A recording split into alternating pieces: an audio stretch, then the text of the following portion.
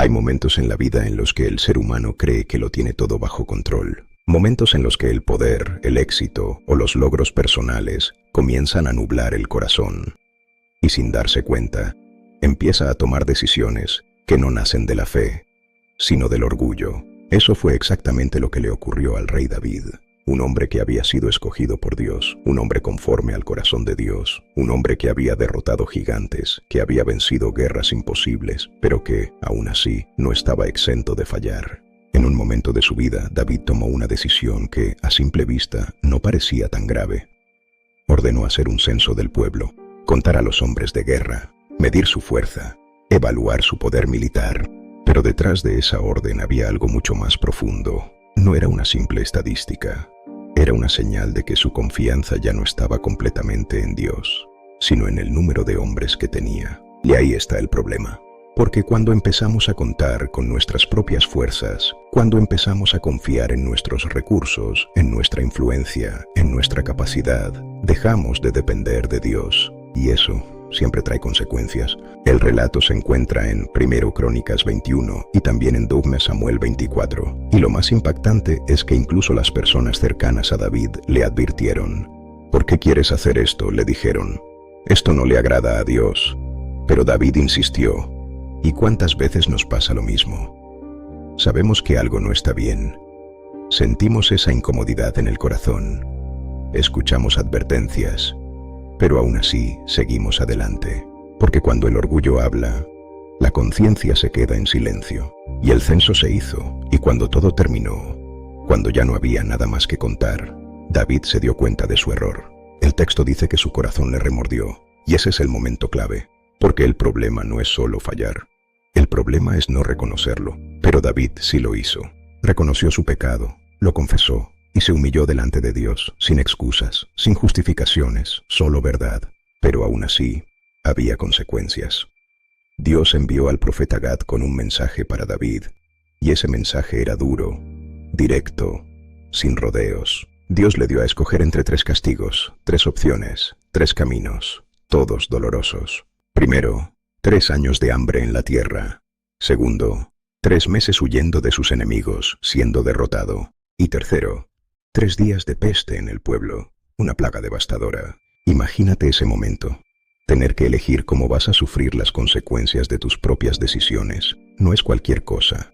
Y aquí es donde David toma una de las decisiones más profundas de su vida. Él responde algo que revela su corazón. Estoy en gran angustia, pero caigamos en manos de Dios, porque grande es su misericordia, y no caiga yo en manos de hombres. David entendía algo que muchos olvidan, que incluso en el juicio, la misericordia de Dios sigue estando presente. Eligió la peste, y la plaga comenzó. La muerte empezó a recorrer el pueblo. Thousands of people fell. La Biblia dice que murieron 70,000 hombres, 70,000 por una decisión, por un acto de orgullo, por confiar en números, en lugar de confiar en Dios. Y aquí hay una lección fuerte. Nuestras decisiones no solo nos afectan a nosotros, afectan a otros. A veces, a muchos otros. Pero en medio de ese juicio, ocurre algo poderoso. Cuando el ángel de la destrucción estaba a punto de extender su mano sobre Jerusalén, Dios se detuvo. El texto dice que Dios se arrepintió del mal, no porque se equivocara, sino porque su misericordia se activó, porque cuando ve un corazón quebrantado, Dios responde. Y David, al ver la destrucción, al ver el sufrimiento del pueblo, hace algo que marca la diferencia. Dice, yo soy el que pecó, yo soy el culpable. Pero estas ovejas, ¿qué han hecho? Eso es liderazgo verdadero, no esconderse, no culpar a otros, no justificar, asumir. Eso es liderazgo verdadero, no esconderse, no culpar a otros, no justificar, asumir. Y entonces Dios le da una instrucción: levantar un altar, ofrecer sacrificio, restaurar la relación. David sube al lugar indicado, y ahí ocurre otra escena poderosa. El dueño del terreno, Arauna, le ofrece todo gratis: el lugar, los animales, la leña, todo listo para el sacrificio. Pero David responde con una frase que atraviesa el tiempo: no ofreceré a Dios algo que no me cueste. ¡Qué declaración! Porque hoy muchos quieren una fe sin costo, una adoración cómoda, una relación con Dios sin sacrificio. Pero David entendía que lo que no cuesta, no transforma, que lo que no duele, no cambia el corazón, y compró el terreno, pagó el precio, ofreció el sacrificio, y la Biblia dice que Dios respondió con fuego desde el cielo, y la plaga se detuvo. Ahí terminó todo. Ahí la misericordia triunfó sobre el juicio. Y esa escena no es solo historia, es un espejo, porque todos, en algún momento, hacemos nuestro propio censo, confiamos en lo que tenemos, en lo que hemos logrado, en lo que podemos controlar, y nos olvidamos de Dios.